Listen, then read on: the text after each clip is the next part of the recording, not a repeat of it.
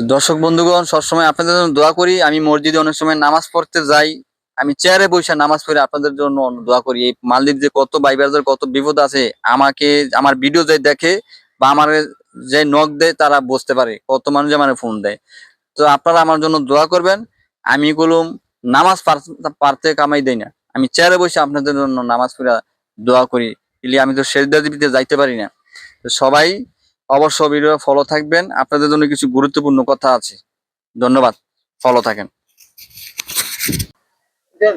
আসসালামু আলাইকুম ওয়া রাহমাতুল্লাহি ওয়া বারাকাতুহু।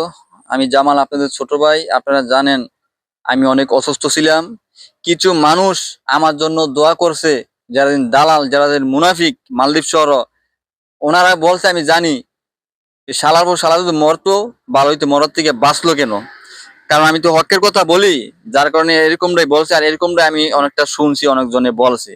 তো যাই হোক, কথা আছে রাখে আল্লাহ মারে কে। তো মহান আল্লাহ তাআলার বান্দা আমি। আমি আল্লাহ আমার রাখছে, যে জায়গার থেকে আমি অ্যাক্সিডেন্ট যেভাবে আমি এসেছি, এই জায়গা থেকে মানুষ বাইসে আছে না। আমি আল্লাহর কাছে সাথে সাথে খুশি। আমার অপারেশন হয়েছে, পায়ে অনেক কিছু হয়েছে, হসপিটালে ছিলাম 1 মাস, দীর্ঘত 1.5 মাস, এখনো পুরোপুরি সুস্থ হই নাই। ইনশাল্লাহ ঈদের পরে এরিয়া পাও বেন্টিস করবো, আপনাদের সাথে কথা হবে, সাক্ষাৎ হবে, দেখা হবে। মহান আল্লাহ তাআলারই খেলাবেলা, ঠিক আছে? তো আমার জন্য অবশ্যই আমার বীজ বন্ধুগণ, যারা দিন ভালো শতাদশের মানুষ, মালদ্বীপ 8-9 লক্ষ মানুষ মালদ্বীপ থেকে শুরু করে দেশ বিদেশে আমার ভিডিওগুলো দেখে।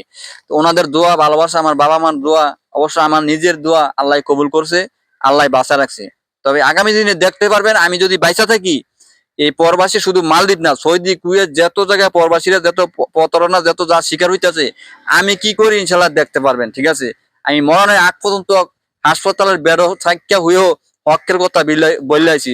আমি একটা কথা বলছি না, আমার শরীরে এক ফোঁটা রক্ত থাকতে, নিঃশ্বাস থাকতে আমি ন্যায়ের প্রতি লইয়া যামু মরণের এক পর্যন্ত। সেইটা যেন বাস্তবতা কবুল হয়, সেইটা যেমন আপনারা দোয়া কামনা করবেন, আপনাদের পাশে আছি। আর দর্শক বন্ধুগণ, অবশ্য ভিডিও বানার ক্ষেত্রে অনেক সময় ভুল হয়, বিদ্ধ অনেক কিছু হয়, অনেক কিছু হয়ে যায়, সেটা অবশ্য আমাকে ক্ষমা দৃষ্টিতে দেখবেন। আর ইনশাল্লাহ আমি আশা করি ঈদের পরে পাওয়ার বেন্টিস করবো, আপনাদের সাথে দেখা হবে, কথা হবে। আর আপনারা দোয়া করবেন।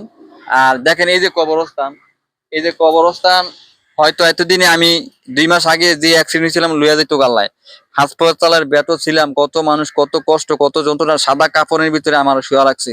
আমি এমন একটা অবস্থা না ছিলাম, ওই জায়গা থেকে এরকম অ্যাক্সিডেন্ট অনেক মানুষ মানুষ বাইচে আসে না। এর একটা মরণের পরীক্ষা আল্লাহ কইছে। কবরস্থান আর হসপিটালে যেদিন মৃত্যুর পর থেকে যেদিন বাইচে আছে, মহান আল্লাহর কাছে শুকর আদায় করে, খারাপ কাজ থেকে যেন দূরে সরে, মানে ভালো হয়ে যেন চলে। আমি সবসময় ভালো ইনশাল্লাহ বুজুর হয়ে আসি, থাকবো, আপনাদের ন্যায়ের কথাগুলো বলবো, এটি করে আপনারা সাপোর্ট থাকবেন। আর বিশেষ করে অনেকজনে আমার পুরান পুরান যে ভিডিওগুলো দেই, অনেকজনে মনে করি কি আমি জামাল সুস্থ হয়ে গেছি বা এরকম, বা আমি হাফ ভিডিও অনেক সময় বসে দিই। আসলে আমি পুরোপুরি সুস্থ হই নাই। আমি যে সময় ইনশাল্লাহ সুস্থ হব, হাঁটতে পারবো, ওই সময় আপনাদের সাথে সাক্ষাৎ হবে, সরাসরি হাঁটার ভিডিও পাইবেন। বিভিন্ন আমি সরাসরি হাঁটতাছি, বসতাছি, ওই ভিডিও দিব। তো এই পর্যন্ত আমার জন্য সবাই দোয়া করবেন ইনশাল্লাহ, আমি যেন আপনাদের মাঝে ফিরে আসতে পারি। আশা করি ইনশাল্লাহ আমি হাঁটতে পারবো, আমার বিশ্বাস, আমার আশা, আপনাদের দোয়া, বাবা মার দোয়া ইনশাল্লাহ আল্লাহ কবুল করেছে বা ইনশাল্লাহ হইব।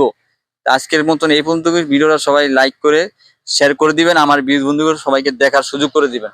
সবাই ভালো থাকবেন, সুস্থ থাকবেন। আসসালামু আলাইকুম, খোদা হাফেজ।